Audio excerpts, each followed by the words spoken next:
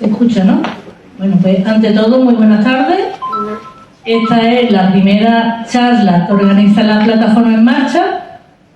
Entonces, pues bueno, primero, antes que todo, la charla va a estar interesantísima, creo, seguro que sí. Presentarnos. Para los que no nos conozcáis, la plataforma En Marcha, pues nos hemos reunido unos cuantos pacientes y lo que queremos es pues unir a casi todos los pacientes de esclerosis múltiple que podamos para nuestro empoderamiento. ¿Qué queremos decir con empoderamiento? No queremos decir que vamos a machacar a nadie ni que nos creemos súper fuertes. Empoderamiento significa pues que lo que queremos es... a ver, ¿cómo me lo explico mejor?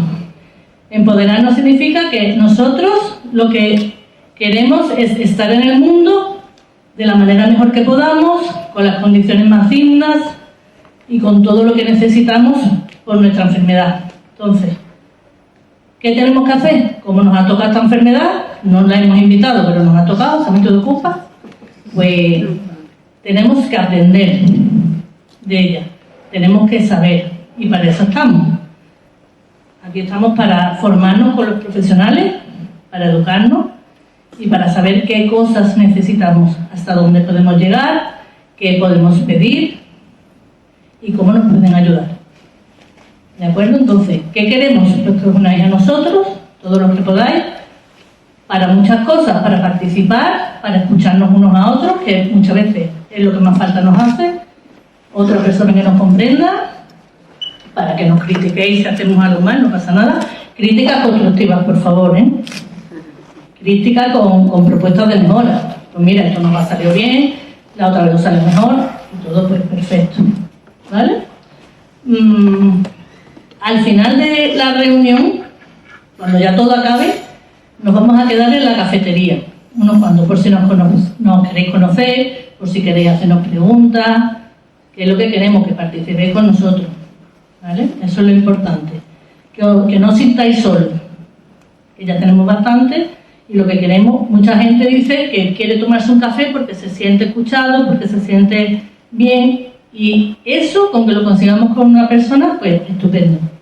Cuanto más seamos, pues mejor para reivindicar todas las cosas que tenemos derecho a reivindicar. En sanidad y en los tantos por ciento que nos tendrían que dar desde el principio. Luchar contra 1000 cosas, igual que conseguimos cuando... conseguimos abrir aquí, no sé, que no me acuerdo. Neurolab, pues mira, eso fue el esfuerzo de mucha gente, pues igual. Bueno, esta es la primera parte, presentarnos un poco, la plataforma En Marcha, lo que somos, y ahora viene la segunda parte, que no es menos importante ni muchísimo menos, que es agradecer primero a todos los que habéis venido, tanto pacientes, tenemos hasta estudiantes. Hay muchos pacientes que querían venir, pero no ha sido posible, pero eso lo vamos a grabar y vamos a intentar pues mandárselo en otro momento, por diferido o no sé. Todo el mundo va a poder participar. Agradecer también, por supuesto, al hospital y en especial a Carmen Martín, que desde el principio nos ha apoyado muchísimo, por este sitio, el aula magna, que es enorme. No somos muchos, pero bueno. Esto es lo que nos han ofrecido, por nosotros perfecto, la magna, como venimos a aprender, pues nos pega. Y mucho más que tenemos que aprender. Y, por supuestísimo, a los que más tenemos que agradecerlo, pues son a los 2 neurólogos que tenemos aquí, presentes, que lo han sacado de su tiempo, que esto no se lo paga a nadie, de sus agendas apretadas, que lo sepáis, que nos consta, que lo sacan sin tiempo. Un aplauso, ¿no? Es la manera que tenemos de apoyarnos y de un poquito pues creer en nosotros. Y bueno, pues nosotros pues nos sentimos súper agradecidos de que participen con nosotros en la charla. No vamos a pagar nada, lo sabéis, ¿no? Pues bueno, entonces, para que yo creo que los conocéis, que no los conozcáis, pues ella es la doctora Sara Chao, es neuróloga, y es la coordinadora del equipo de esclerosis múltiple, uno de los mejores equipos de esclerosis múltiple que hay en España, yo no sé si decir mejor, pero El mejor. y el doctor Navarro, que también es neurólogo. Él está más especializado, ahora lo explicaré, la parte que le toca hablar. Y nada, pues también pertenece a su equipo. La doctora Sara Echao va a hablar de cómo nos afecta a las personas que tenemos esclerosis múltiple los cambios hormonales de mujeres, la menopausia, menstruación, todas esas cosas. Y el doctor Navarro creo que va a hablar de la parte de urología, de la parte más de intestino, de no control y de la parte sexual un poquito. Perfecto. Pues ya está. Ya si yo ya me he presentado, ya os he presentado ya, y por supuesto ahora van a hablar ellos. Empiezas tú, Sara. Creo que preferís que hacer la ponencia los dos y al final damos un turno de preguntas o de... Vale, pues va a empezar Sara y por supuesto un aplauso porque para agradecerle que están aquí. Bueno, pues muchas gracias a todos por venir. Para mí es un honor inaugurar la primera reunión, la primera charla formativa de En Marcha. Muchas gracias a las organizadoras desde el inicio. Y bueno, pues yo soy Sara Echao, soy neuróloga y coordinadora de esta unidad que fue fundada por el doctor Navarro y el doctor Guillermo Izquierdo ya hace más de 30 años. Así que bueno, sabéis que somos una unidad de referencia nacional y que tenemos un equipo multidisciplinar y que bueno, pues intentamos hacer una atención integral y lo más completa posible a nuestros pacientes. Para mí es muy importante y para toda la unidad la formación de los pacientes y yo creo que por eso hacemos reuniones, tenemos nuestro blog, pero me parece muy bonita la iniciativa que viene de vosotros y que vosotros tengáis esta necesidad también de formaros, porque yo siempre digo que la esclerosis múltiple al final vive con vosotros y tenéis que saber cuáles son los síntomas, si tenéis un brote o no, qué es la enfermedad, los tratamientos, en fin, que un paciente formado yo creo que es un paciente mejor controlado. Así que bueno, por supuesto a favor de todas estas iniciativas. Yo voy a hablar de algo que me parece muy importante, como sabéis la esclerosis múltiple es más prevalente en mujeres y vamos a ir hablando un poco de cómo afecta la enfermedad en todas las fases de la mujer. Muy bien, pues esta es la agenda de la charla. Vamos a hablar un poco de las hormonas y de cómo cambian las hormonas en nuestro cuerpo, desde la menarquia hasta la menopausia. Luego vamos a hablar algunos datos que hay sobre menstruación, sobre la edad fértil, cómo planificar embarazo, lactancia y la menopausia, cómo puede afectar a la enfermedad. Como ya sabéis, las mujeres tienen entre 2 y 3 veces más probabilidades de desarrollar la enfermedad que los hombres.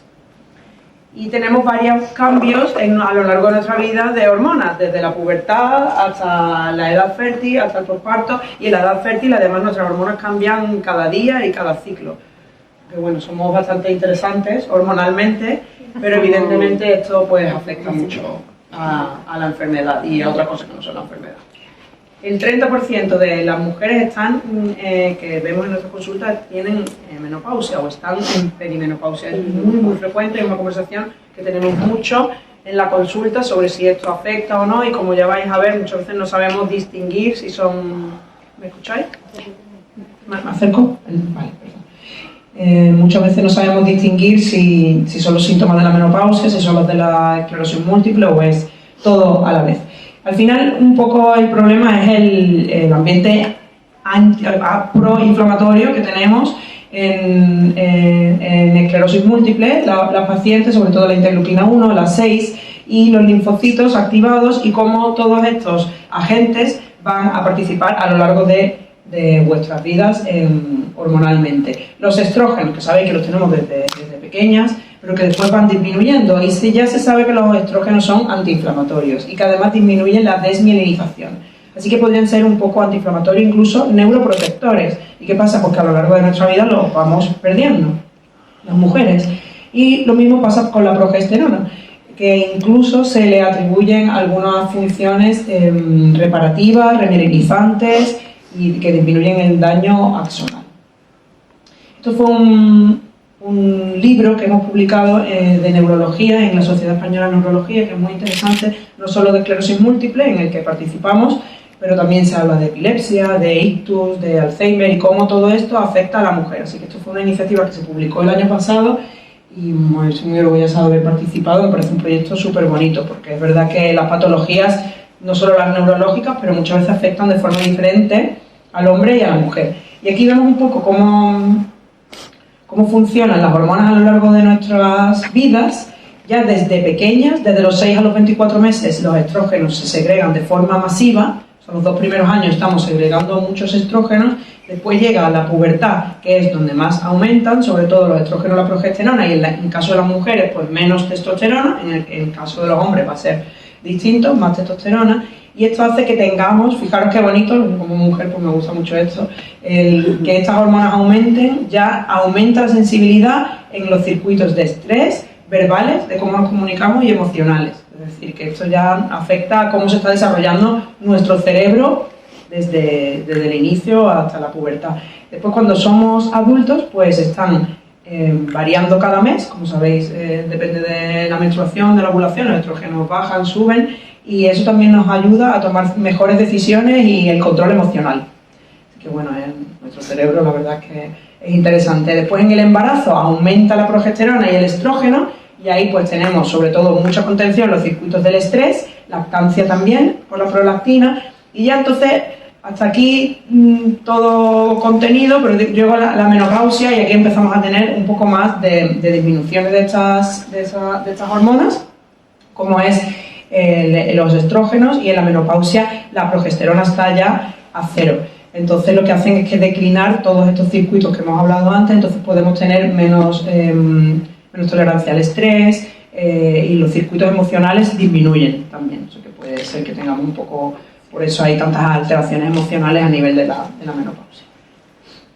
En cuanto a menstruación, hay muy poco, realmente no hay muchos datos sobre cómo afecta la esclerosis múltiple o la menstruación en los síntomas de esclerosis múltiple. Aquí os he traído un estudio, quizás el mejor que he encontrado, en el que analizan a 181 pacientes y vieron que el ciclo menstrual, cuando apareció la esclerosis múltiple, empezó a ser más irregular. Es decir, que los pacientes con esclerosis múltiple puede ser que tengan los ciclos más irregulares, y después también declararon que tenían más síntomas.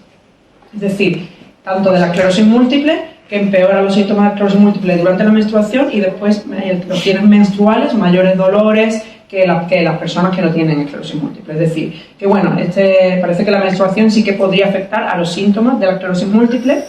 Nos pasamos a la edad fértil, porque bueno, este es un periodo el más largo de la mujer y quizás el más sensible que tenemos que tratar en la consulta.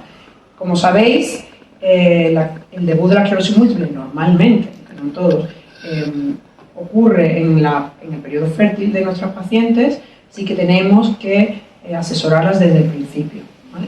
Se sabe que hasta el 50% de los embarazos es no intencionado, es decir, no buscado. Entonces, bueno, es verdad que por esto hay que decidir un buen fármaco para que si ocurriera esto, un embarazo no deseado, pues no hubiera problemas para que tuviéramos que retirar el fármaco o incluso interrumpir el embarazo. Así que el asesoramiento debe ser desde el inicio, desde que llega a la consulta una chica, pues sea joven, no esté pensando siquiera en tener hijos, hay que pensar ya en el tratamiento por si en un futuro quiere tener hijos, ¿vale?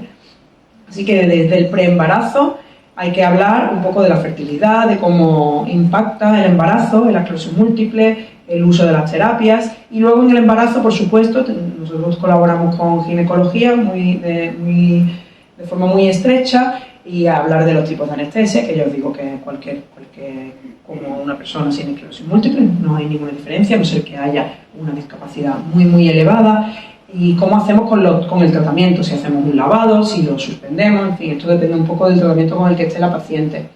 Y el posparto también es muy importante, reiniciar el fármaco lo antes posible, si va a dar lactancia o no, y si va a dar lactancia o no, con fármaco o sin fármaco. Hoy en día cada vez se sabe más, cada vez hay más registros nacionales e internacionales sobre lactancia, mujeres, el embarazo, el parto, o sea que cada vez tenemos más datos, y yo creo que hoy en día es mejor y es más fácil programar un embarazo. Antes Antes de que yo empezara a ver la esclerosis múltiple, incluso algunos pacientes me comentaban que les aconsejaron no tener hijos, porque antes no se sabía tanto, ahora mismo sabemos más y hoy en día al revés, apoyamos a las mujeres que quieren tener descendencia. En cuanto a la fertilidad, no está claro, pero parece que la fertilidad no está afectada en esclerosis múltiple. Es diferente un artículo recién publicado en NMO, que sí que parece en neuromielitis óptica, que es una enfermedad similar, que sí que parece que la fertilidad podría estar afectada por el mecanismo de la enfermedad. Pero bueno, aquí en principio no hay ningún problema y el 43% de las mujeres en este estudio pues más o menos consiguen quedarse embarazadas tras el diagnóstico. Nosotros tenemos un protocolo con ginecología que si una mujer de nuestra unidad está intentando quedarse embarazada, si pasan 6 meses y no se queda embarazada después de una búsqueda, pues la derivamos a consulta de fertilidad si tienen menos de 40 años, esto es por el sistema público de salud. El embarazo en los brotes, pues el embarazo, como siempre se ha dicho, pues parece protector, sobre todo en el tercer trimestre. Las mujeres, como se baja la inflamación y la autoinmunidad para no afectar al feto, pues parece que tienen menos brotes, sobre todo en el tercer trimestre. Pero sí que es verdad que en el posparto, al subir las hormonas y al bajar y subir las hormonas de nuevo, pues ahí se sabía antes que había un riesgo de brotes posparto. Hoy en día puede ser diferente porque normalmente reiniciamos el fármaco lo antes posible tras el parto y después conocemos más la enfermedad. Después parece que aunque hay ese pico después del parto, después las pacientes vuelven a las mismas tasas que tenían previamente. Hoy en día sabemos quién va a poder tener estos brotes en posparto. No os voy a contar esta tabla, pero este es el estudio que nos decía que lo ideal es para no tener esos brotes después del parto es que la mujer hubiera estado el mayor tiempo posible sin brotes antes, es decir, una mujer que quiera quedarse embarazada para planificar, lo ideal es que lleve un año estable, que no haya tenido un brote, que esté con su tratamiento y cuando está estable, pues aquí planificamos el embarazo, pero no con brotes cerca a la planificación. Esto es lo ideal, si se puede planificar. Así que cuanto más estable estés y cuanto más tiempo lleves con tu fármaco, menos probabilidad vas a tener de un rebrote posparto. Después, el feto en los pacientes de esclerosis múltiple no se ha visto que el niño tenga ninguna diferencia de la población general, ni más malformaciones, ni ningún problema. El parto debe ser un parto normal. No, muchas veces me preguntáis, ¿tiene que ser cesárea porque tengo esclerosis múltiple? No, tiene que ser cesárea igual que otra mujer si hay alguna complicación o porque haya que hacer una cesárea, pero no por tener esclerosis múltiple, a no ser que haya debilidad en las piernas y no tenga fuerza para empujar. Eso lo deciden los ginecólogos, pero el parto puede ser completamente vaginal o cesárea y como cualquier persona de la población general. Epidural, sí, no hay ningún problema. Antiguamente no, incluso los anestesistas tenían mucho miedo a poner la epidural. Ya se sabe que no hay ningún problema. La epidural se puede poner no solo para el parto, sino para cualquier intervención en pacientes de esclerosis múltiple. No hay ningún problema con ninguna anestesia, ¿vale? Y la lactancia, pues tampoco parece que haya ningún problema. Incluso hay muchos estudios que dicen que durante el periodo de lactancia tienen menos brotes los pacientes. Hoy en día tendemos, a no ser que sea una paciente muy estable, muy estable, a poner tratamiento lo antes posible y consensuar con los pacientes porque hoy en día hay algunos fármacos con los que puede dar lactancia. Entonces, bueno, eso hay que hablarlo siempre. Técnica de reproducción asistida. Esto todavía no está publicado, pero antes parecía que a los agonistas, los antagonistas podían aumentar los brotes, no brotes para fecundaciones in vitro o inseminaciones artificiales que se dan hormonas. Hoy en día parece ser que ha quedado claro que ninguna de estas terapias afecta a los pacientes y no tienen mayor riesgo de brotes con estas terapias. Esto es algo completamente nuevo de ECTRIS, pero no está todavía, o sea, del Congreso Europeo de Esclerosis Múltiple que se celebró en octubre, pero no está publicado todavía. Pero bueno, parece que va por ahí el tema, parece que no va a haber ningún problema. Menopausia. La menopausia es un periodo del que se habla poco, del que se ha hablado poco en la mujer, ya no solo en esclerosis múltiple, sino en general, y que creo que a día de hoy se está hablando más y hay más personas tratándolo como una etapa vital de la mujer en las que tenemos algunos cambios y en las que no había datos ni había información sobre ello. A nosotros nadie, no a vosotras, pero a nosotros, yo personalmente no he sido educada en mi ciclo hormonal, ni en la menstruación, ni por supuesto en la menopausia. Hubiera estado bien, eso debería ocurrir para conocernos mejor, porque creo que que es necesario. ¿Y qué es lo que ocurre? Pues la menopausia como tal se define como el cese definitivo de la menstruación por pérdida de actividad folicular o ovárica, ¿vale? Nos quedamos sin folículos en los ovarios. Puede ser natural, que la definimos como 12 meses sin regla, ¿vale? Si en eso, hasta que no haya 12 meses sin menstruación, no es menopausia. Estás en perimenopausia, en premenopausia, pero tienes que llevar 12 meses. Y la quirúrgica es cuando, pues por alguna razón, extirpamos endometrio o ovarios y hacemos una menopausia quirúrgica. Se mide por la hormona antimuleriana, que hay datos en los que hay algunos estudios que dicen que los pacientes de esclerosis múltiple tienen esta hormona más baja, otros que no. No está claro, no se ha llegado a ningún consenso. ¿Qué pasa en la premenopausia? Esto, ahora que también se está hablando mucho de esto, premenopausia se define de forma médica entre 1 y 4 años, pero ahora mismo se sabe que la perimenopausia son 10 años incluso antes de la menstruación, es decir, que ya empezamos con ciclos irregulares, más cortos, con algunos síntomas, desde 10 años antes de la menopausia, fijaros, o sea, 30 años, o sea, hay personas que van a empezar con 30, 35, 40 por supuesto, son más o menos 10, ¿no? O sea que bueno, que los síntomas pueden empezar hasta 10 años antes de la menopausia. Y después tenemos la menopausia temprana, que es, ya llevo 12 meses sin menstruación, y ahora los 10 primeros años es donde están los síntomas vasomotores, los llamados sofocos, que ocurren en el 80%, duran menos de 5 minutos, y duran unos 4 o 5 años, ¿vale? Aquí es donde si son muy discapacitantes, pues parece ser que sí que vendría aquí bien la terapia hormonal, ¿vale? Y después está la posmenopausia tardía, que es después de 10 años, en el que ya no hay nada de estrógenos, y aquí habría que vigilar ya la salud de los huesos, la cardiovascular y la cognitiva, ¿vale? Porque nos podemos volver un poco más lentas. Ahora, en esclerosis múltiple, ¿qué se sabe de la menopausia? La edad es la misma de la población general, 50-51 años, ¿vale? Estos son ensayos grandes con mucha población. Y en cuanto a la hormona antimuleriana, pues igual no hay mucha evidencia de que si está igual o no en pacientes de esclerosis múltiple, pero lo que sí se sabe es que los síntomas se van a mezclar, y es muy difícil saber si es una persona ya de 50 o de 55 años con algunos síntomas que es normal en la menopausia, o si es de la esclerosis múltiple. Ahora lo vamos a ir hablando. Os traigo otras tablas para que veáis todos los estudios que hay publicados de menopausia y esclerosis múltiple, todos en los últimos 2-3 años. Antes que no había nada, y ahora se está incidiendo mucho en esta parte y se está estudiando más, ¿vale? Concluyentes no son. Ya os voy a decir que poco, porque es muy difícil, son muy pocos pacientes y es muy difícil diferenciar la progresión de la enfermedad con una edad que están peor a diferenciar los síntomas de la menopausia.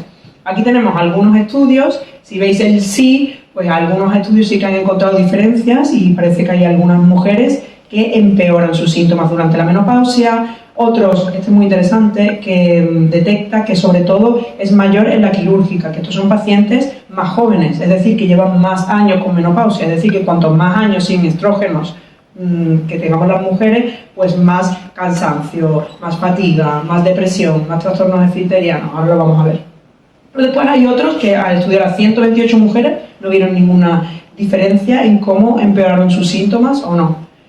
Y después estos son estudios todavía más grandes, sobre todo el último, que lo hizo el equipo de Barcelona, no encontró ninguna diferencia entre las mujeres menopáusicas con o sin esclerosis múltiple en cuanto a la progresión. O sea que no estaban peor las mujeres con menopausia que las que no. Y después hay otros que sí encontraron que parece que cuanto antes tenga la menopausia, por más joven, pues más progresión puede tener. Pero bueno, aquí os traigo esto para decir que no, que es muy difícil saber si empeoras por la menopausia, si empeoras por la esclerosis múltiple, pero bueno, se está estudiando, ¿vale? Pronto sabremos más. Síntomas, pues estos, pues si los veis, estos son síntomas de menopausia, pero perfectamente pueden ser los síntomas de esclerosis múltiple: depresión, insomnio, alteraciones en la cognición, trastornos esfinterianos, trastornos sexuales. Pues esto les ocurre a todas las mujeres con 50 años. Y pues vosotros, si tenéis esclerosis múltiple, pues puede ser que se os mezclen las dos cosas. Por eso también hay que pensar cuando lleguemos a los 50 años que no, a lo mejor no es toda la esclerosis múltiple, sino que también la parte hormonal está afectando a cómo nos sentimos, a nuestros trastornos anfiterianos, a la sequedad vaginal, todas estas cosas. Sobre todo la parte cognitiva, a mí me interesa mucho. En cuanto a depresión, se sabe que hasta el 50% de las mujeres de esclerosis múltiple sufren depresión. Pues esto es mayor cuando llegamos a la menopausia, porque en la menopausia es común sentirse un poco triste, ¿vale? Y tener síndromes depresivos. En cuanto a las disfunciones urinarias y sexuales, son frecuentes en todas las etapas de la mujer, pero también son frecuentes en la menopausia. Y esto es un estudio que hicimos nosotros, que muchos participamos. Bueno, yo no porque eran pacientes con menopausia, pero participasteis 106 mujeres mayores de 40 años. Y esta fue vuestra EDSS media, la edad de la menopausia fue igual, fue unos 44, 49, es decir, lo normal de la población en general. Empezasteis con algunas alteraciones con 45 y la menopausia casi con 50, así que muy bien, es lo habitual. La mitad de vosotras tuvo sofocos, el 50% de vosotras experimentó junto con la menopausia ansiedad, depresión, apatía, el 17%, el 20% tomó antidepresivos, el 50% describió un empeoramiento cognitivo coincidiendo con la menopausia. Y son unos datos bonitos porque el 73% de vosotras que dijisteis esto estabais ya siendo evaluadas y en tratamiento. Y aquí es algo que podemos enlazar luego con la charla, que el 78% asoció alteraciones urinarias tras el inicio de la menopausia. Y aquí sí que es verdad que solo el 15% recibían tratamiento específico. Así que yo creo que en este aspecto hay que, como unidad, por ejemplo, yo creo que tenemos que incidir más. A partir de la menopausia, quizás en consulta, ser un poco más proactivos y preguntar si hay incontinencia, si hay urgencias, si tenéis algún problema de trastorno esfinteriano. Ser los neurólogos un poco más proactivos, pero por eso, si vosotros también sabéis que estas cosas pasan, pues también contárnoslo con vosotros. Y el manejo, pues el manejo tampoco está claro, pero tampoco está claro a nivel internacional, a nivel de menopausia en población de general de mujeres, ¿vale? Hay pocas guías, las que hay son las americanas. Yo cuando me revisé esto me sorprendió mucho que no hubiera unas guías mejores establecidas para el manejo de los síntomas de menopausia en la mujer. Pero ya os digo, esto en los últimos 5 años está explotando y tengo mucha esperanza porque creo que por fin están estudiando esta etapa vital nuestra, ¿vale? La terapia hormonal, que son estrógeno y progestágeno, ha demostrado, por supuesto, los síntomas de la menopausia que ya hemos dicho, depresión, el insomnio, los trastornos esfinterianos, la sequedad vaginal y sobre todo los sofocos, disminuye la tasa de fractura, disminuye la tasa de diabetes y mejora los trastornos esfinterianos. ¿Qué pasa? Porque en algún momento se asociaron con mayor riesgo de cáncer de ovario y cáncer de mama. Entonces, por esto y algunos trastornos vasculares. Entonces, los datos no los dan, no son muy pocos, pero eso hizo que se fueran cautos a nivel internacional para poner la terapia hormonal por esto, ¿no? por este riesgo. Y a día de hoy se pone sobre todo lo que recomienda la Sociedad Americana es la menor dosis y el menor tiempo posible. Nunca más de 60 años y nunca si han pasado más de 10 años de menopausia. Si hoy los ginecólogos y todo un poco lo ponen, yo creo, cuando tenéis síntomas muy discapacitantes. No se pone con síntomas leves. Y después también creo que están saliendo terapias no hormonales, algunos pacientes me lo estáis contando, y yo creo que por ahí también va el asunto, un poco no medicalizarlo todo, sino quizás algunas cosas que funcionen. Pero bueno, creo que hay mucha investigación, que es lo que hace falta. En cuanto a cognición, hay algún estudio, como este, que dijo que el volumen cerebral de las mujeres con esclerosis múltiple o sin esclerosis múltiple en menopausia era igual. Es decir, que no parece que envejezca por la menopausia, sino por el proceso natural. Y esta es mi última diapositiva como conclusiones, que creo que lo he ido diciendo. Me parece muy importante estudiar las fases vitales de la mujer desde la infancia a la pubertad, y creo que esto está ocurriendo. Como os he dicho, cada vez hay más investigación sobre la edad fértil, la planificación, embarazo y lactancia, ¿vale? Cada vez sabemos más la seguridad de los fármacos, lo que tenemos que hacer, reiniciar el fármaco pronto para evitar brotes y acompañar a la mujer y después acompañarla, y estamos aprendiendo ahora a acompañarla en esta época de menopausia, por lo menos que sepáis que son síntomas que se solapan y que si tenéis síntomas graves que os afectan, pues que hay terapias hormonales y no hormonales que se podrían ir probando, sobre todo esto por parte de ginecología o médico de atención primaria. Y ya está, muchas gracias.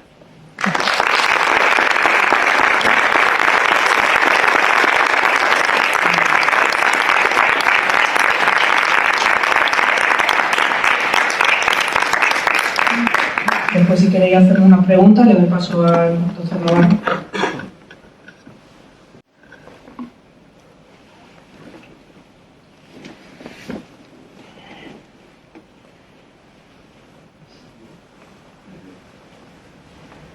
Buenas tardes.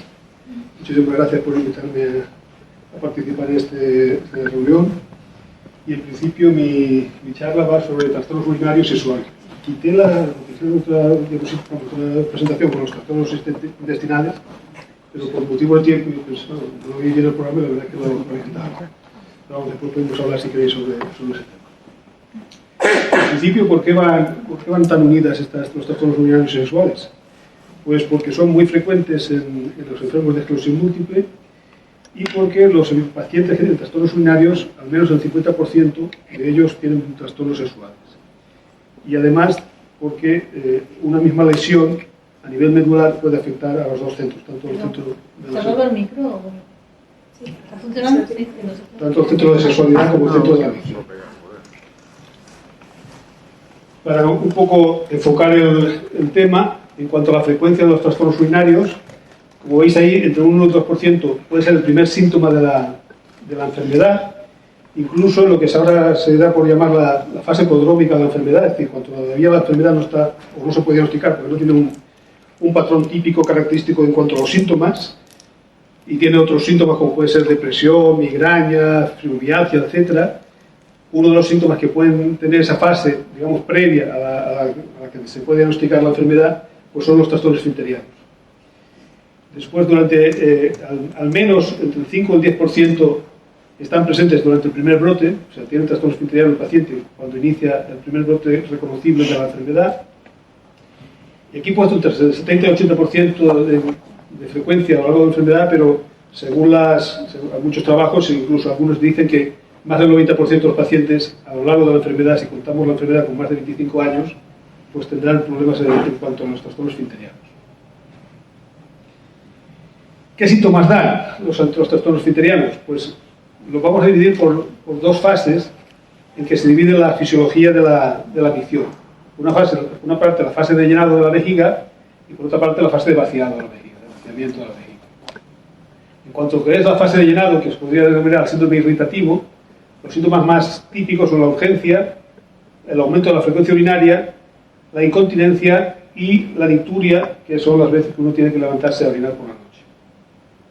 En cuanto a lo que es la fase de vaciamiento de la vejiga, lo que correspondería a lo que se llama el síndrome obstructivo, que el más característico es el que tiene el varón que tiene una hiperplasia benigna de próstata, que tiene dificultad para iniciar la micción, se le puede cortar el chorro de la micción involuntariamente, tiene un chorro débil, puede tener un goteo después de orinar, porque queda en la uretra una orina que no se ha eliminado, que puede eliminarse un poco después, y la fase, o sea, el síntoma más exacerbado sería una retención urinaria, una dificultad completa para poder vaciar la vejiga. Pero como en todos los síndromes, pues hay síndromes mixtos que pueden tener síntomas de las dos fases.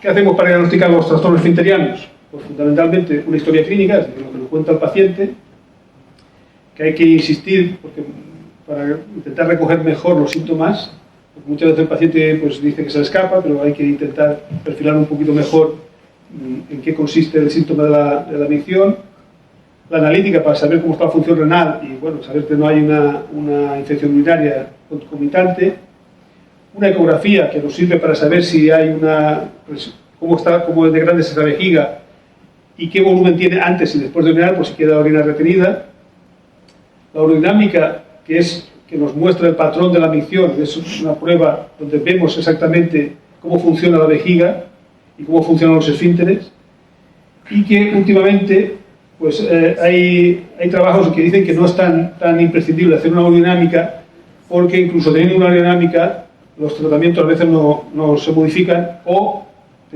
sabiendo efectivamente el trastorno funcional que tiene la vejiga, no responden bien a los tratamientos actuales. Y no es el caso de la esclerosis múltiple, pero en algunos casos concretos, en un paciente concreto, podría ser necesario hacer algunos otros estudios desde el punto de vista urológico. También es importante saber que hay fármacos que son de uso más o menos frecuente que modifican la micción.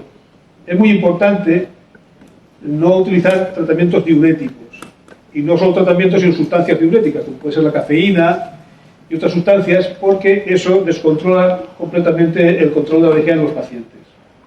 Después, los antidepresivos tricíclicos, los anticolinérgicos, como veréis, son los tratamientos que se utilizan también para el trastorno de los trastornos esfinterianos, pues también modifican la función de la micción. Los betabloqueantes, los alfa-bloqueantes, que también se utilizan para tratar, como veremos después, los trastornos de la orina. Ya menos frecuentemente en los pacientes esclerosis múltiple, pues antiparkinsonianos, antipsicóticos, antidiarreicos, que sí se pueden utilizar en algunos pacientes, o los antagonistas del cáncer. Y yendo ya específicamente a qué tratamiento se correspondería a cada fase del funcionamiento de la vejiga, en cuanto a lo que se denominaría una vejiga hiperactiva, que por otro lado es la más frecuente, y claramente más frecuente en los enfermos de esclerosis múltiple, los tratamientos iniciales serían los anticolinérgicos. Aquí hay unos cuantos, y la eficacia suele ser similar, pero la que no responda a un anticolinérgico no quiere decir que no pueda responder a otro. Hay pacientes que un anticolinérgico no les sirve y otros sí les puede servir, aunque el mecanismo de acción sea similar.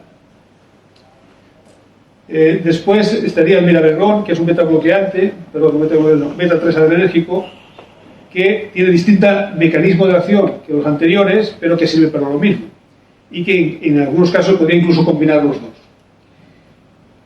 Para casos concretos donde el trastorno esfinteriano fundamentalmente consiste en nicturia, es decir, que el paciente se levanta muchas veces a orinar por la noche, con lo cual altera su sueño nocturno y altera su descanso y aumenta la fatiga muchas veces, pues sería un tratamiento específico, sería la desmopresina. Lo que pasa es que es un tratamiento que hay que controlarlo muy bien, hay que controlar el sodio, hay que controlar la movilidad, y normalmente debido a eso no se suele utilizar. Después otros tratamientos serían la rehabilitación del suelo pélvico, que puede ser importante cuando otros tratamientos han fallado o concomitante con los otros tratamientos. La toxina botulínica, que se pone poco porque es un tratamiento que es más agresivo, porque hay que hacer una endoscopia y hay que pinchar la vejiga por dentro, 20 o 30 inyecciones, 20 o 30 puntos de inyección, pero en algunos pacientes es una de las pocas alternativas que puede haber para mejorar el funcionamiento de la vejiga, y tiene el inconveniente que hay que hacer una endoscopia, pero tiene la ventaja que la eficacia de la toxina botulínica puede llegar hasta los 12 meses. Y después la neurostimulación vesical, que puede ser de diversas maneras. La más frecuente, que algunos de vosotros ya lo habréis probado, es el neuroestimulador a nivel del nervio tibial posterior, pero ya en forma más compleja se puede poner incluso un neuroestimulador directamente en la raíz sacra, que actúa directamente sobre la vejiga. Pero esto realmente se utiliza poco. La cirugía en estos casos se utiliza mucho. ¿Y cómo tratamos el trastorno del vaciado de la vejiga? Que habitualmente se produce por un aumento de la presión uretral.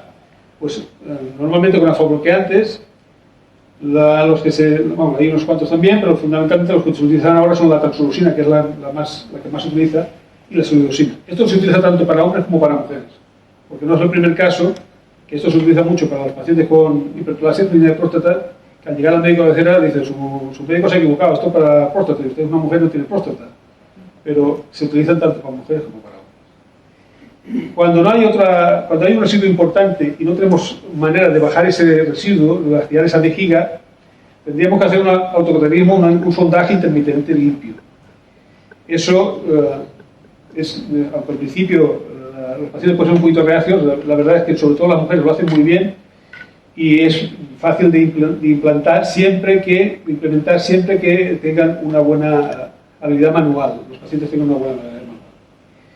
Si lo anteriormente todo falla, lo que nos quedaría sería el sondaje permanente, pero el sondaje permanente es ya reconocer que no podemos hacer mucho más por el paciente y es un sondaje que no está exento evidentemente de infecciones y de complicaciones y que en el caso de pacientes jóvenes realmente lo ideal sería una talla que se llama suprapúbica para no alterar la función sexual de los pacientes jóvenes. Después están los pañados absorbentes, en otros casos, si el paciente no se puede sondar. Y muy importante es la prevención y el control de las infecciones urinarias, porque no hay que olvidar que entre el 15 y el 20% de las infecciones urinarias son asintomáticas en los pacientes desde el punto de vista urinario, pero muchas veces no son asintomáticas desde el punto de vista general.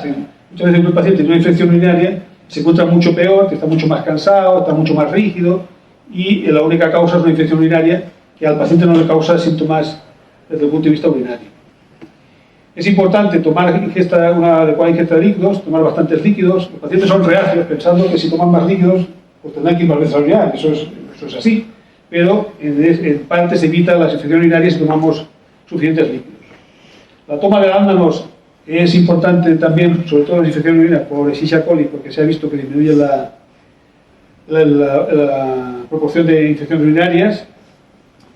Se puede uno ayudar siempre que tengamos seguridad que los uréteres son competentes y que no tienen una insuficiencia, donde si apretamos el bajo vientre, la orina no suba hacia arriba, no suba hacia los riñones. Nos podemos ayudar apretando el bajo vientre, que es lo que se llama la maniobra de Credé, para intentar hacer un vaciado mejor. Hay que urinar periódicamente, cada 2 horas aproximadamente, para intentar disminuir también el residuo entre emisión y emisión, y tratar adecuadamente la infección urinaria, pero no tratar todas las infecciones urinarias en los pacientes con esclerosis múltiple ya con ciertos años de evolución, porque normalmente pacientes con un mal funcionamiento vesical tienen bacteriuria, es decir, la orina siempre tiene alguna bacteria. Entonces, si no producen síntomas, son infecciones urinarias, no hay que tratarlas, pues no estaríamos tratando constantemente a los pacientes, creando muchas resistencias y cuando tuviéramos necesidad de utilizar algún antibiótico sería resistente. Solo hay que tratar las infecciones que sean sintomáticas desde el punto de vista, como hemos dicho, o bien urinario o bien desde el punto de vista general, pero solo lo que causen síntomas. Bueno, este es un trabajo de 2018 que lo he traído porque tiene un esquema que a mí me gusta mucho y realmente las cosas, a pesar de que esto es de 2018, desgraciadamente no han cambiado mucho. Pero es, el pan nuestro de cada día es cómo se debería utilizar cómo se debe abordar el tema del tratamiento de los trastornos urinarios. Y este esquema es...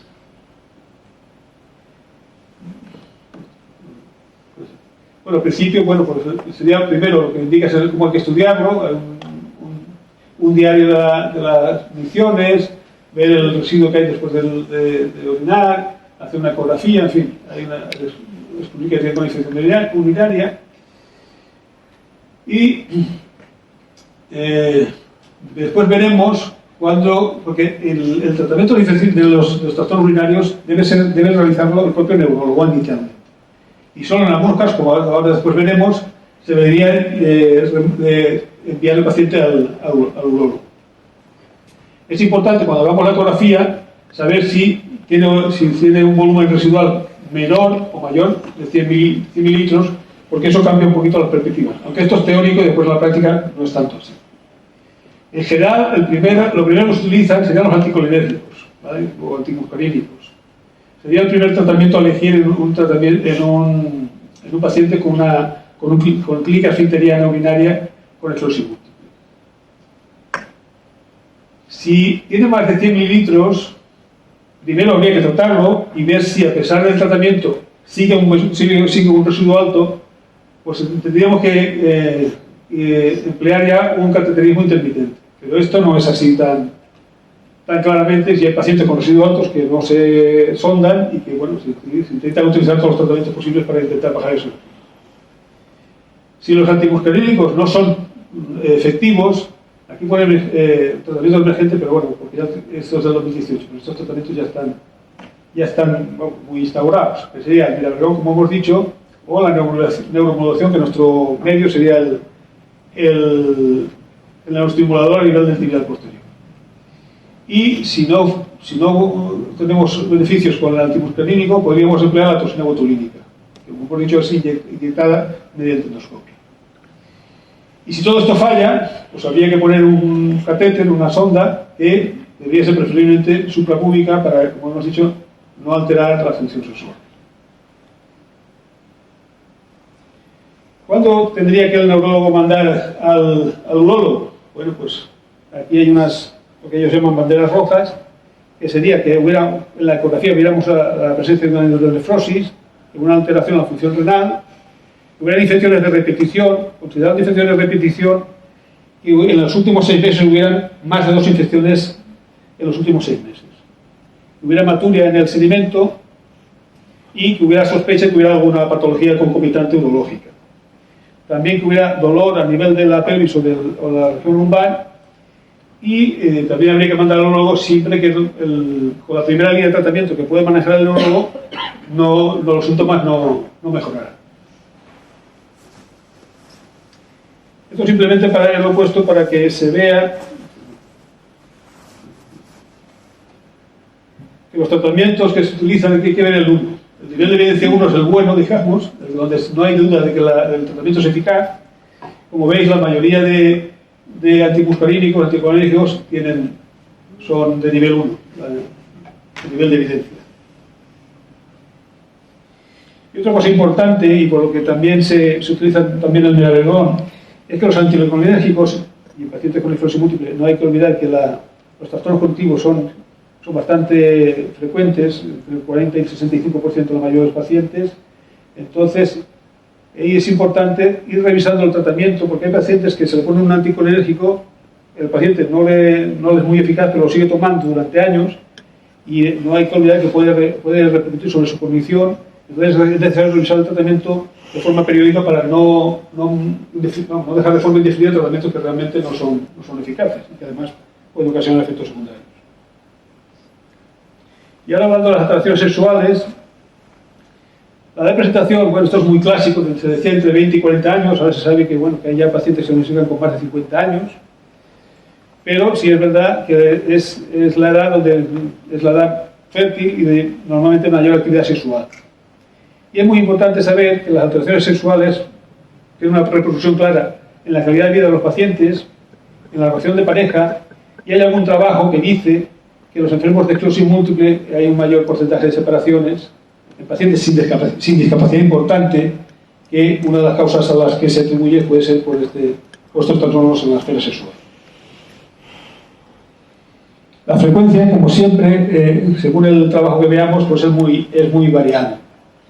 En general, hay discusión si es más frecuente en el hombre o en la mujer. Hay trabajos que dicen que es más frecuente la alteración sexual en la mujer y hay trabajos que dicen que es más en el hombre. Habitualmente es difícil de saber, porque nosotros incluso hicimos una encuesta anónima y contestaron muy poca gente, a pesar de que era anónima, y nunca se puede saber realmente la frecuencia de estos trastornos. En general, sería entre el 50 y el 75% la cifra que más se da, aunque varía entre el 50 y el 90%, y en la mujer sería alrededor del 50%. Pero hay que saber también que entre el 10 y el 20%, antes del diagnóstico de la enfermedad, pueden tener trastornos de la esfera sexual, que es la misma frecuencia que la población general que no tiene esclerosis múltiple. Y lo mismo que en la micción, hay que saber qué fármacos pueden alterar la sexualidad. Porque muchas veces, simplemente modificando el fármaco, podemos mejorar la función sexual. Bueno, pues aquí hay unos cuantos antihipertensivos, sobre todo los betabloqueantes, son los que más pueden afectar directamente a la sexualidad. Los antiespásticos, que se utilizan mucho, como por ejemplo el Iresal, el Bacofeno. Los anticolinérgicos, que utilizamos muchas veces para los trastornos urinarios, también podrían afectar el tema de la función sexual. Uno de los más puede afectar es la oxybutinina. Y otros ya fármacos que se utilizan menos, puede ser la ritidina. Los antidepresivos, que sí se utilizan también bastante en la esclerosis múltiple. El primero que normalmente no lo solemos utilizar, y ya otros fármacos también se utilizan menos, como el fenobarbital, que se utiliza muy poco ya, pero tampoco hay que olvidar los tóxicos que sí pueden influir claramente en la función sexual. Y la función sexual, pues las disfunciones las podemos dividir en tres grados, por decirlo de alguna manera. Una disfunción sexual que serían primarias, es decir, que las provoca la propia enfermedad, como puede ser la disminución del deseo sexual, la disminución de la lubricación vaginal, la alteración de la excitación, la dificultad para conseguir un orgasmo adecuado, la alteración de la sensibilidad del área genital, que puede estar disminuida, ausente o incluso ser dolorosa y provocar un dolor en el coito, y también puede alterar la satisfacción en la relación sexual. Las llamadas secundarias, que serían debidas a la esclerosis múltiple, pero no directamente provocadas, sino que serían porque síntomas de la esclerosis múltiple alteran sobre el desarrollo de la función sexual, como puede ser la espasticidad, trastornos posturales, la fatiga y la clínica funcional. En los hombres es más predominante la fatiga para alterar la función sexual, porque muchas veces la fatiga les impide completar una relación sexual de forma adecuada, y en las mujeres muchas veces es el miedo a tener un escape durante la relación sexual lo que les inhibe y lo que les provoca que no tengan la relajación suficiente y que no puedan disfrutar adecuadamente de la función sexual. Y ya las terciarias serían ya las psicológicas y sociales. Esto para que veamos, esto es un poco antiguo, pero bueno, para que se vea, realmente, desgraciadamente, como hemos dicho, no ha cambiado mucho, sobre todo en el tema de la mujer, el tema de los trastornos de la sexualidad, ¿vale? Aquí para el deseo sexual se recomienda la testosterona, porque la testosterona es la que, bueno, está totalmente relacionada con el deseo sexual tanto en la mujer como en el hombre, pero hay mucha discusión porque en el hombre, si los niveles de testosterona son adecuados, utilizar la testosterona de forma prolongada puede provocar incluso atrofia testicular, y en la mujer pues, puede producir efectos secundarios no deseados. Después, en cuanto a los trastornos de disfunción eréctil, pues los que más se utilizan, y siguen utilizándose, fundamentalmente son los inhibidores de fosfodiesterasa 5, que son, bueno, pues desde el primero que apareció, que fue la famosa Viagra, el sildenafilo, que ahora ya hay unos cuantos más, ¿vale? Y que también se ha discutido, pero no sé, vamos, hay estudios que algunos estudios dicen que sí, que mejora la función sexual de la mujer, pero realmente no hay mucha discusión, y realmente el sildenafilo no se utiliza para mejorar la función sexual de la mujer, aunque hay algunos estudios que la aconsejarían. Y si es importante para el tema de la disminución de la excitación, es utilizar, como veremos después, el lubricante vaginal. Para los trastornos de la eyaculación, como puede ser el retardo o la ausencia de eyaculación, aquí aconseja la yombina, pero la yombina, por ejemplo, en España no está comercializada, solo está comercializada en Europa, en Inglaterra, y tiene muchos problemas porque tiene muchos efectos secundarios. Y ya sería ya a través ya de la depresión o la ausencia de orgasmo, habría que hacer ya un tratamiento multidisciplinar, y plantearse pues muchas veces otras alternativas sexuales al coito.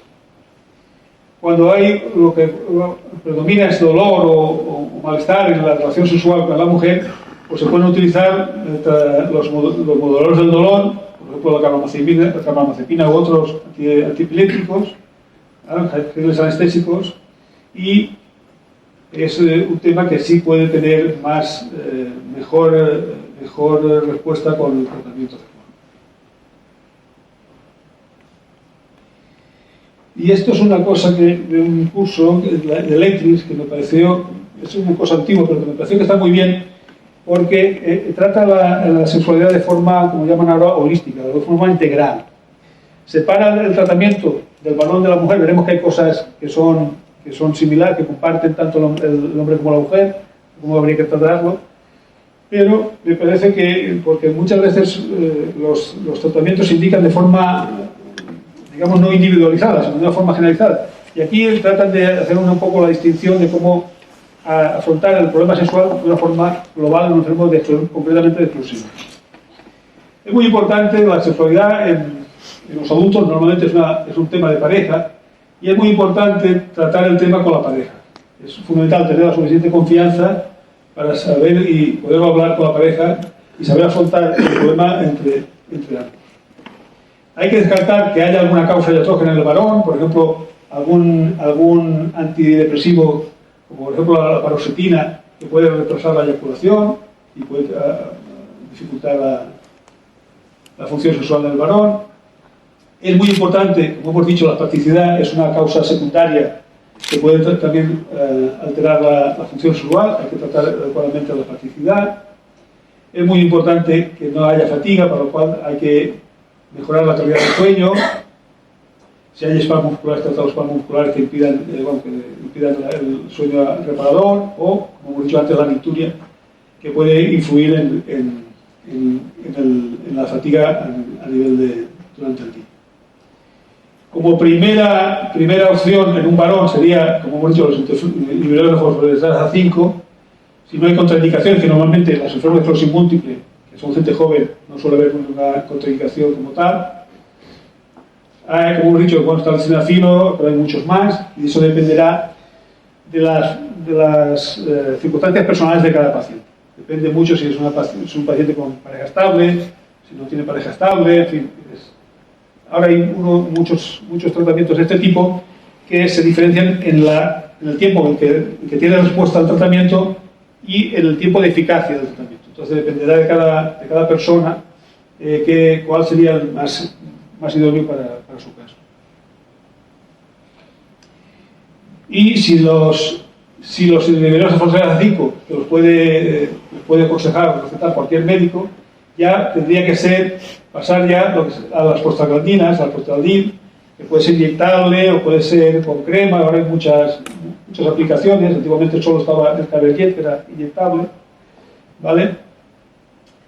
Cuando el paciente lo que tiene es una dificultad en alcanzar el orgasmo, pues hay que intentar que tenga el mayor nivel de excitación antes del coito. Eso se puede alcanzar de una forma personal, digamos, o cuando el paciente tiene fatiga que le impide realizar la función adecuadamente, pues puede utilizar un aparato que se llama vibrador para llevarle a una excitación muy alta para poder tener el orgasmo durante el coito. Y hacer hincapié en que hay que observar la energía para evitar la fatiga, como hemos dicho, que es muy importante, que a veces en los pacientes varones les impide tener una relación adecuada.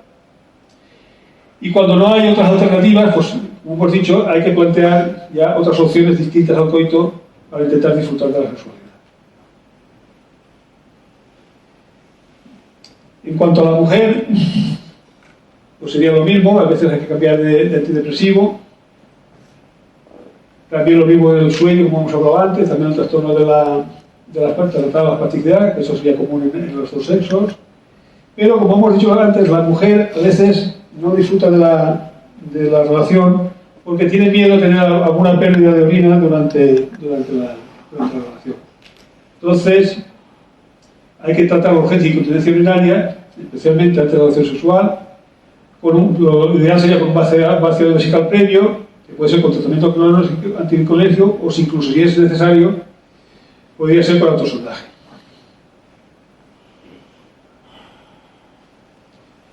Es importante, porque muchas veces hay una falta de lubricación vaginal, usar lubricantes vaginales, ¿vale?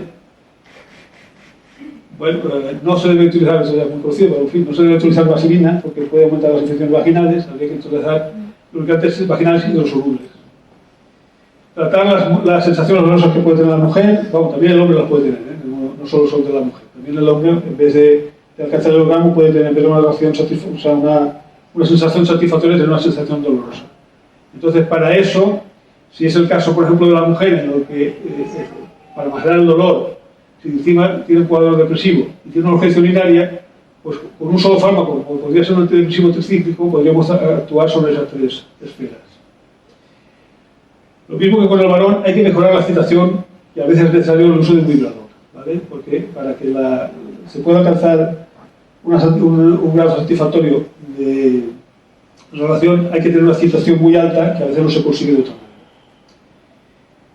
Hay que muchas veces consultar al ginecólogo la posibilidad de tratamiento hormonal sustitutivo, pero eso ya sería según la edad y según la opinión del ginecólogo.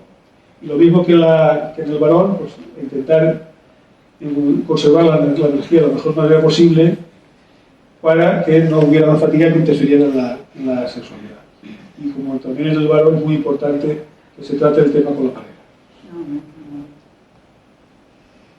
Y esto que pone aquí terapia simplemente lo he puesto porque son terapias que todavía tienen mucha discusión. Estas son fundamentalmente enfocadas a la mujer para mejorar la libido, para mejorar el deseo sexual, que es uno de los síntomas más frecuentes de afectación de trastorno sexual en la mujer. Hemos hablado ya antes del uso o no de la testosterona. Aquí está la flibanserina, que sí está comercializada en Estados Unidos, igual que el melalotide, pero que tanto en Estados Unidos, aquí no está comercializada en Europa, pero en Estados Unidos se utiliza muy poco porque hay discusión si utilizarla de forma diaria o utilizarla solo en los días que se supone que va a poder uno tener relaciones sexuales, porque además tiene muchos efectos secundarios, entre ellos síncopes. Entonces la verdad es que se utiliza muy poco. Y el aumento realmente, cuando se han hecho estudios, aumenta un poquito más el deseo sexual, pero no de una forma muy importante. Y el melalotide también pasa lo mismo, que tiene efectos secundarios, fundamentalmente náuseas y cefalea, y tampoco se gana mucho en cuanto a beneficio, en cuanto al deseo sexual, pero también está comercializado en Estados Unidos. Los estrógenos en algunos momentos se podrían utilizar, pero tendría que consultarlo con el ginecólogo. El sildenafil, que ya hemos dicho que hay mucha discusión, pero que realmente no hay ninguna guía que los recomiende para la mujer. Y se están haciendo muchos estudios sobre las prostaglandinas para las mujeres para ver si realmente pueden mejorar el flujo sanguíneo a nivel genital y podrían mejorar la función sexual. Y esto que viene aquí es un tratamiento del Volario que recomiendan muchos ginecólogos, que teóricamente aumenta el deseo sexual. En mi experiencia, pues hay pacientes que me han dicho que sí, que realmente han notado un cambio, pero muchos otros no han notado una clara. Esto simplemente a título anecdótico. No es una mejoría. Y en cuanto a mis conclusiones, pues que los trastornos, tanto esfínterianos como sexuales, tienen una frecuencia muy importante, que tienen una grave repercusión en la calidad de vida de los pacientes, que muchas veces están infradiagnosticados, entre otras cosas porque los pacientes no los comentan, y tampoco los neurólogos a veces nos sentimos con la suficiente preparación o confianza para tratar tener ese diálogo con los pacientes, y si están infradiagnosticados, evidentemente están infratratados, que ahora mismo, sobre todo en el tema de la orina, pues hay terapias satisfactorias que resuelven muchas veces los problemas a muchos pacientes. Esto que no sé si están todos de acuerdo conmigo, los neurólogos me refiero, pero es en principio lo que yo creo que se debe hacer, que el neurólogo que trata una enfermedad de esclerosis múltiple debe tratar los síntomas urinarios de inicio, como trata la espasticidad, como trata el dolor, como trata la fatiga o como otros muchos síntomas, ¿vale? Y si tiene, como hemos dicho antes, alguna bandera roja, pues tendrá que mandarlo al urólogo, pero inicialmente debería ser el neurólogo que atiende al paciente que debería iniciar el tratamiento de los trastornos urinarios. Es muy importante el tratamiento multidisciplinar. Hemos hablado de los urólogos, hemos hablado de ginecólogos, pero hay que hablar de los fisioterapeutas, muchas veces de psiquiatría, en fin, hay que tener una colaboración con demás servicios para llegar a conseguir un mejor objetivo. Y es imprescindible tratar el tema con la pareja, porque la sexualidad se supone que en la fase adulta es entre dos, y habría que tener en cuenta también la opinión de la pareja. Y ya está, muchas gracias.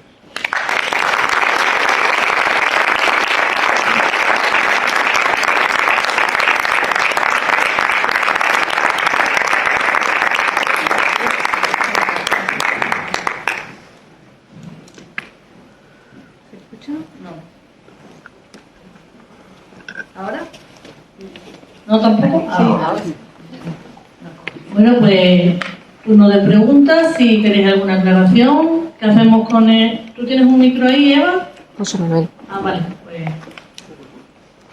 si alguien quiere preguntar algo. Habéis enterado de todo.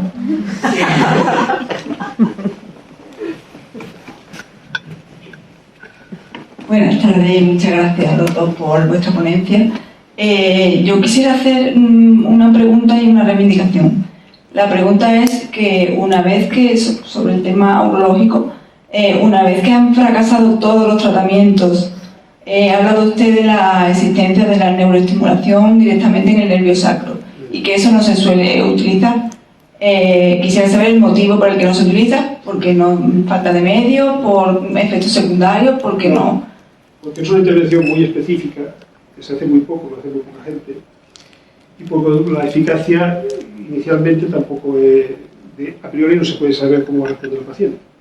Es decir, los pacientes de esclerosis múltiple son muy heterogéneos, son muy variables, igual que no responden algunos a un anticolinérgico y otros sí, pues es una terapia agresiva que no está confirmada que vaya a dar una buena respuesta. Entonces hay que valorarlo mucho antes de hacerlo. De hecho, aquí en Sevilla, por ejemplo, no se hace. Vale. Y el hecho de haber hecho, por ejemplo, tratamientos de neuroestimulación del tibial posterior, quiere decir, y no ha sido efectivo, quiere indicar que este tampoco sería efectivo, no tiene nada que ver. Vale. Y lo otro es una reivindicación que lo ha dicho usted al final, que el tratamiento multidisciplinar de este tema sería muy interesante porque, bueno, mi experiencia es que nos pasamos de médico en médico, usted nos deriva al urólogo, el urólogo infeccioso cuando se producen infecciones de orina, fisioterapia que no hay, pero también... Y es el paciente el que tiene que ir informando a cada médico de lo que le ha dicho el médico anterior. Y eso sería bueno que hubiera una interconsulta o como le llamen ustedes, para que no sea el paciente el que tenga que ir informándole de este tema. Teóricamente, si las cosas funcionan como deberían, tendríamos que tener una especie de referencia, tanto en ginecología, como en urología, como en rehabilitación, como en psiquiatría. Pero desgraciadamente eso no lo hemos conseguido, ¿vale? Pero eso sería lo ideal. Entre otras cosas, los centros de referencia de CESUR estaban pensados para eso, para que un paciente que fuera un paciente de esclerosis múltiple se pudiera derivar a cualquier servicio que fuera por la causa de la esclerosis múltiple, que fuera atendido por un personal de referencia. ¿Vale? Eso fue teórico, porque de hecho cuando se fundó el CESUR teníamos un especialista en cada servicio de referencia, pero solo nominal, porque después no se pudo hacer realmente un seguimiento de ese proceso. Lo ideal incluso sería, como se hace en otras patologías también serias, importantes, que incluso el paciente fuera en la misma consulta, pasara, o sea, el paciente no se movía a la consulta y fuéramos los especialistas los que se movieran. Es decir, que hubiera un ginecólogo, un urologo, un psiquiatra, en el mismo acto médico, digamos. Eso sería lo ideal. Que hubiera un intercambio de pareceres entre todos nosotros. Pero eso, desgraciadamente, es muy difícil de conseguir. Vale, gracias.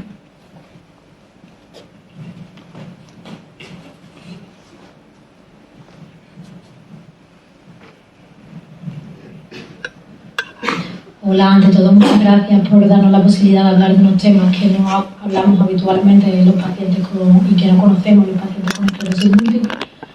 Yo quería hacer una pregunta a la doctora Chau porque me encuentro en un tratamiento de fecundación in vitro. Es verdad que hablamos hasta la saciedad de que la esclerosis múltiple no es hereditaria, pero también conocemos múltiples casos de personas que la tienen las madres y la tienen los hijos. Entonces quería saber si de alguna manera, porque a mí eso me preocupa muchísimo, si de alguna manera hay algunos estudios o hay algunas investigaciones acerca de este asunto. Muchas gracias. Sí, efectivamente la esclerosis múltiple no es una enfermedad genética, nosotros lo llamamos mendeliana, quiere decir que porque tú tengas la enfermedad, tu pareja no, tus hijos tienen un 25% o si los divides, no, eso no es así. En la esclerosis múltiple tu hijo en principio debería tener la misma probabilidad, tu hija, que cualquier persona de la población general.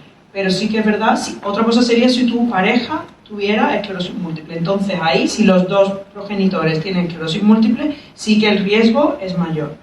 Y después hay un 10% que es familiar, y la esclerosis múltiple familiar. Y ahí es donde vemos no solo el padre y la madre, o la madre y la hija, sino que tiene una tendencia familiar. Eso no se sabe muy bien por qué es, pero en algún momento, pues a nivel molecular hay algún cambio en el ADN en esa familia y ocurre, pero eso es muy infrecuente.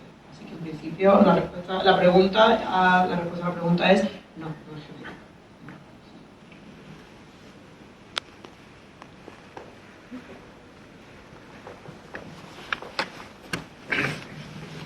Buenas tardes. Yo soy paciente de esclerosis múltiple.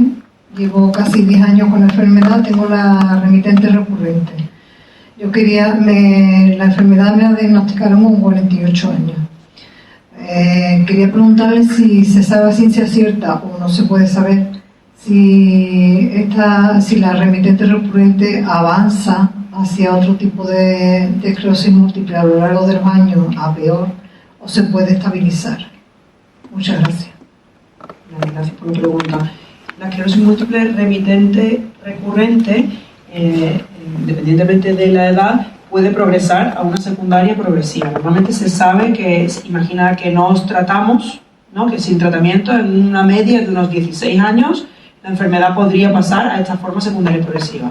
Lo que ocurre a día de hoy es que hemos aprendido a tratar a los pacientes lo antes posible y con fármacos muy potentes, que esto está cambiando la historia natural de la enfermedad. Estamos o retrasando esa secundaria progresiva o intentando incluso evitando que aparezca.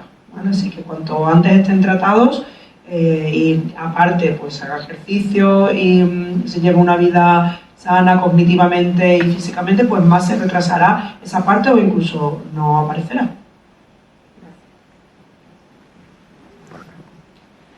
Buenas tardes. Yo quería preguntar sobre el fortalecimiento del suelo pélvico. En primer lugar, quería preguntar en qué momento es adecuado empezar a fortalecer el suelo pélvico y, en segundo lugar, cómo un paciente podemos acceder a algunos consejos, algún programa, algún taller para fortalecer el suelo pélvico. Gracias. El suelo pélvico, cuanto antes se empieza a fortalecer mejor. Incluso se puede hacer antes de incluso tener ningún síntoma urinario. En cuanto al acceso, eso ya es más complicado. ¿Vale?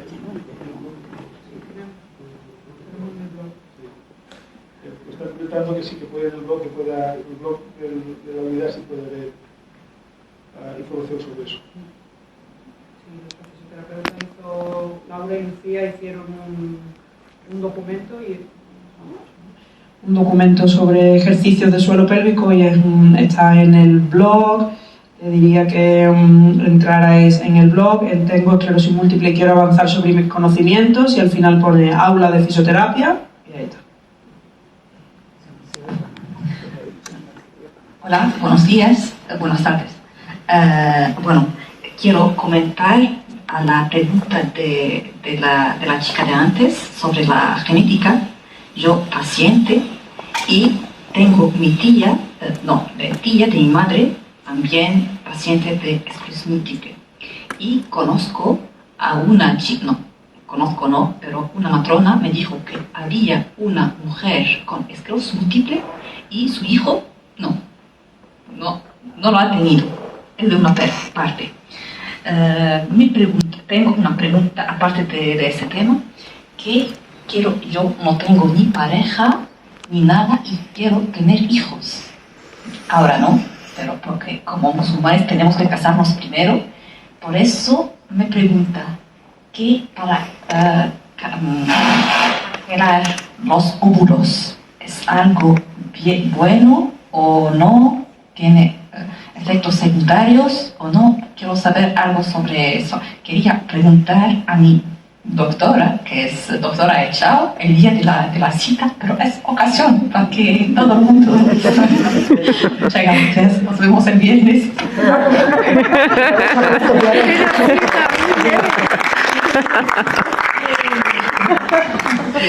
por la pregunta.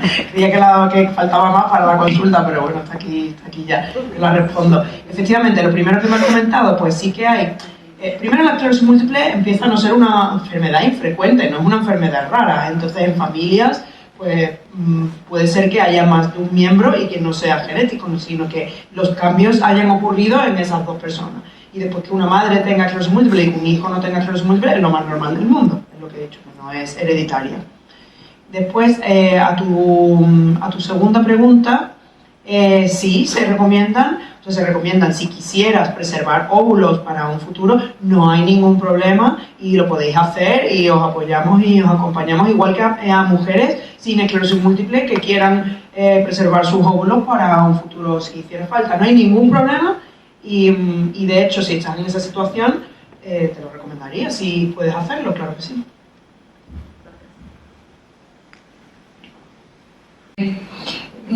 Yo tengo diagnosticada la esclerosis múltiple desde hace aproximadamente 15 años, pero mal diagnosticada creo que desde el 2004. O sea que la mía es una recurrente recidivante. La pregunta mía, doctora, era, yo a lo largo de los 3 primeros brotes que me dieron al principio, cuando me diagnosticaron la esclerosis múltiple, esto se cortó y estuve casi 10 años sin tener ningún nuevo brote. Ya tuve 2 brotes más, me los quitaron, me los mejoraron, pero a partir de ese momento ya no he vuelto a tener ni actividad en el cerebro, ni más brotes. Sin embargo, yo suelo hacer ejercicio, suelo hacer pilates, llevo una vida lo más saludable posible, pero veo que mi capacidad para andar va disminuyendo, el insomnio está empezando a ser ya un poquito preocupante, el problema que el doctor Navarro me trata a mí, porque está tratándome a mí, pero ese lo tengo casi desde un principio, desde el diagnóstico de la esclerosis, que es el problema urinario. Y yo me vengo a referir, si no tengo actividad, ¿por qué la enfermedad sigue avanzando? Es lo que yo no me explico. Es una muy buena pregunta. Explica un poco la historia natural de la esclerosis múltiple. Al principio, como tú bien cuentas, normalmente, yo siempre lo cuento así, la esclerosis múltiple tiene 2 partes. Al principio está sobre todo la primera, que son los brotes y las nuevas lesiones en resonancia, y es la inflamación aguda que tenéis sobre todo cuando sois más jóvenes y al principio de la enfermedad. Eso lo podemos tratar y parar muy bien con los fármacos, y cuanto antes hagas eso, pues menos tendrás la segunda parte, que puede aparecer, lo que he dicho antes, si nos tratáramos alrededor de los 16 años y a veces aparece. Y es ese empeoramiento que tú cuentas poquito a poco, pues estoy más cansada, me noto más lenta, tengo más trastornos esfinterianos, cada vez ando peor, esa parte y de neurodegeneración. Entonces no tiene nada que ver con la primera, es la historia natural de la enfermedad y puede aparecer desde el principio, hay que estar muy pendiente de ella, porque si es así hay que explorarte bien, hay que evaluarte bien y ver si hay alguna alternativa terapéutica que funcionaría, hay que hacerte resonancias, en fin, todo eso lo tienes que contar muy bien en la consulta a tu neurólogo. De hace 2 años y me están viendo también en digestivos. Yo estoy hinchada completamente por fuera, por dentro no sé cómo estaré, estoy harta ya, llevo 1 año, 2 años más, 3 años contestando que no estoy embarazada y no sé si hay algo, porque digestivos no encuentra motivo, pero de verdad es que esto no baja. No sé si esto debe ser también debido a la esclerosis, ¿hay algún tratamiento? Hola, ¿qué tal? Pues la inflamación abdominal como tal no es un síntoma de la esclerosis múltiple. No sé con qué tratamiento estás, si esto te lo puede estar provocando el tratamiento. ¿Estás con algún tratamiento para la esclerosis múltiple? Sí, según funciona la vida de metilo y del fumarato. Vale, pues por ejemplo... Por cierto, en la última revisión me dijeron que no me estaba funcionando, pero como tengo muchas patologías, no se sabe qué ponerme. Por ejemplo, tu fármaco sí que puede dar una inflamación abdominal y una intolerancia digestiva, náuseas o vómitos. Si lo tienes, esa inflamación desde que empezaste con dimetilfumarato, sí que puede estar relacionado. Si la tenías antes, ¿La tenías antes o después? Antes. Antes, o sea, no está relacionada con el fármaco, claramente. A priori no. No. Pues entonces realmente no parece un síntoma de la enfermedad, sí que tendrán que ver si tienes un colon irritable o si tienes alguna intolerancia, algún fármaco, pero yo no lo estudiaría desde neurología, sino desde digestivo. En principio no hay una relación clara. Vale, y yo viniendo de Virgen del Rocío, ¿habría alguna manera que se me tratara aquí en el Macarena? Todas las personas del sistema público de salud tienen derecho a, según qué patología, a cambiar de hospital. Entonces, sí, en la esclerosis múltiple puedes elegir libre especialista y te cambia, no solo con esclerosis múltiple, sino cualquier persona con unas patologías determinadas. No es una segunda opinión, la segunda opinión es, te damos una opinión, pero sigues en evolución en el Rocío. El libre especialista es venir a la unidad, está en concreto, y al menos un año te tienes que quedar en la unidad. Mínimo. ¿Vale? Eso que, bueno, se puede hacer al cambio de libre especialista.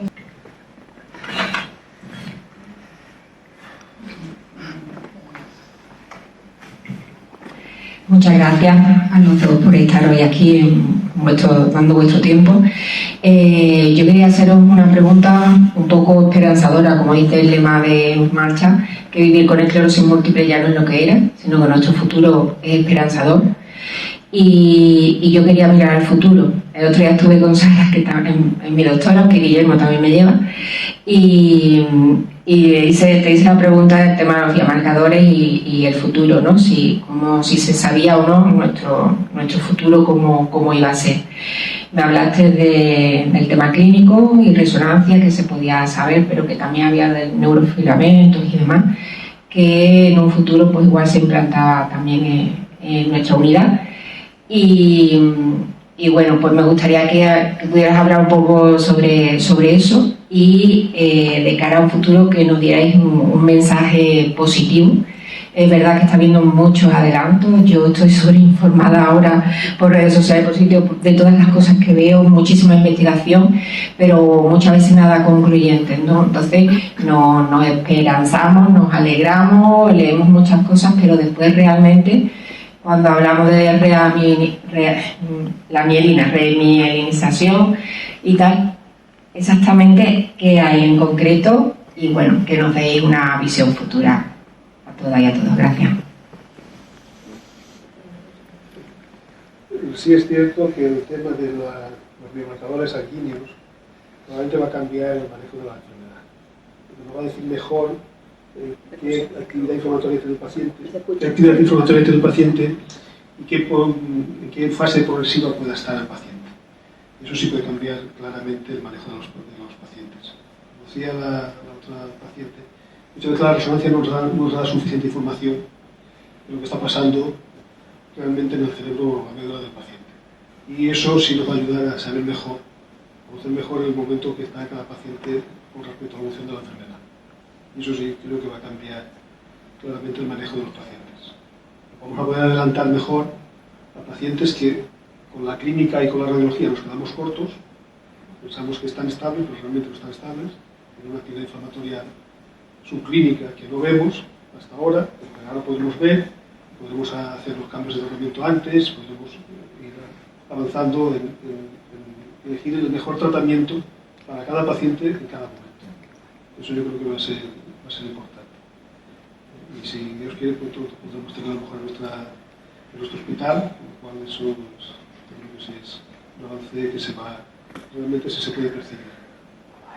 El tema de la organización es un tema muy complejo. Es verdad que se lleva hablando muchísimo tiempo y que realmente en la práctica no se ha materializado en nada concreto. Sí es verdad que se ven mejorías cuando uno mide los potenciales evocados y una serie de cosas, pero realmente en la práctica el paciente no observa la mejoría que puede observar uno en el laboratorio. Entonces eso sí es un tema muy complejo, el tema de la administración, pero no solo está la administración, pero también el AXOR, en fin, es muy complicado. Y sí hay investigación, bastante investigación, pero realmente de datos nuevos que sean, de verdad, que haya aportado ya una evidencia de que eso va a repercutir en la vida de los pacientes, eso todavía no hay. Pero sí es cierto que hay mucha investigación y que hay mucha gente que investiga eso porque probablemente el tratamiento al final de la esclerosis múltiple, al que tenga ya alguna afectación, sea no solo un tratamiento para prevenir que la enfermedad avance, sino otro tratamiento a la par que intente mejorar parte de la función que ha perdido el paciente. Probablemente eso sea el futuro. Ahora, el tema de la organización, la verdad es que hasta ahora no se ha metalizado en nada concreto que el paciente pueda tener una mejoría clara. Eso. Bueno, yo añadir que es cierto que el tema de los biomarcadores, como hablamos el otro día, yo estoy completamente de acuerdo de que va a cambiar la forma en la que manejamos al paciente, tratamos y nos va a dar mucho más información de cómo está en el momento actual. En cuanto a la remilinización, lo mismo que ha dicho Guillermo, hay muchísima investigación, pero es muy difícil, han probado muchas moléculas y están intentando algunas dianas y hay muchísima investigación a nivel internacional. Y hay algunos ensayos clínicos a nivel internacional, pero a día de hoy todavía no hay nada a nivel nacional, para empezar, y nada que haya funcionado. Pero yo tengo esperanza que en algún momento algo de eso tiene que funcionar. Y después yo creo que lo más esperanzador de este año han sido dos cosas, los que se están casi para publicar los nuevos criterios diagnósticos de esclerosis múltiple, están ya siendo revisados por las revistas y entonces vamos a tener unos criterios diagnósticos en los que vamos a poder diagnosticar antes a los pacientes y mejor, creo, porque nos va a quitar algunas dudas diagnósticas que tenemos. Van a ser publicados muy pronto. Y después otro pues son los fármacos, como ha dicho Guillermo, lo que estábamos hablando con la paciente, para las formas en las que ya no hay brotes y las formas en las que ya no hay nueva lesión en resonancia, pero siguen empeorando, es decir, una forma que tiene ya una tendencia un poco más progresiva, pues fármacos que detengan esa progresión, que vayan directamente a esa parte de la enfermedad. Nosotros ya tenemos ensayos clínicos, algunos de los ensayos clínicos que tenemos ya están empezando a dar resultados positivos, pero están viniendo más moléculas, sobre todo a esta parte de la enfermedad, para prevenir para prevenir o frenar la progresión de los pacientes. Bueno, uno ya ha salido positivo, están publicándolo, tolebrutinib, que hablaremos, lo contaremos un poco en la jornada. Vamos a hacer una jornada el 29 de abril, os lo digo ya, todavía no he puesto el cartel ni nada, pero bueno, será para pacientes y os contaremos un poco todo esto, los nuevos diagnósticos, los biomarcadores y los nuevos fármacos que vienen para las formas progresivas. Así que bueno, ya podemos también incidir un poco más en esto, pero bueno, sobre todo se llama tolebrutinib, el que por ahora ha demostrado que los pacientes que empezaron con tolebrutinib comparados con los que empezaron con nada, es decir, placebo, tolebrutinib, los que iban con tolebrutinib empeoraron menos. O sea que bueno, por aquí... ¿Se puede quedar bastante lento dentro de todo? Eso está en ensayo clínico, todavía está en ensayo clínico, no está todavía publicado, se tienen que liberar muchos datos, pero si todo esto funciona, en 2 o 3 años podría estar comercializado. Buenísima noticia.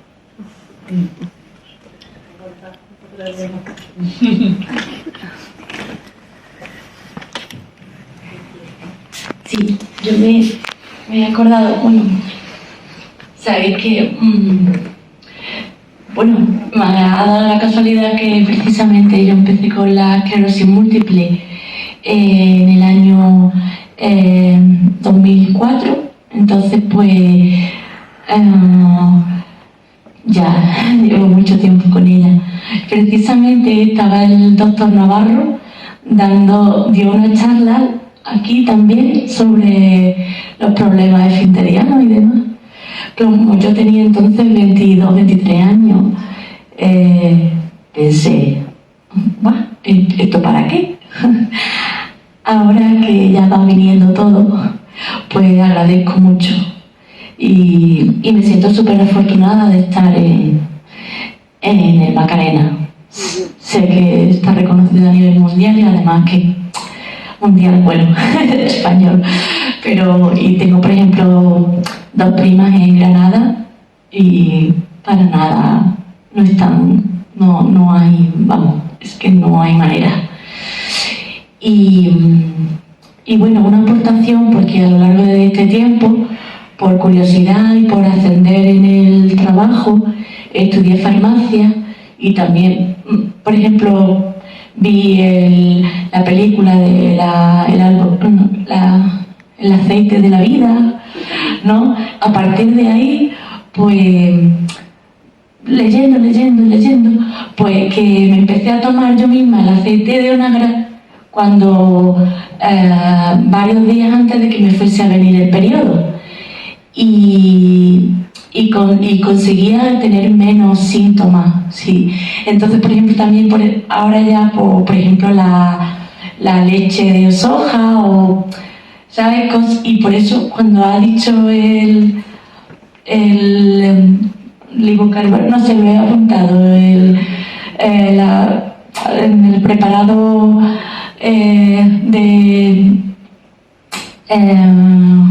no me sale la palabra.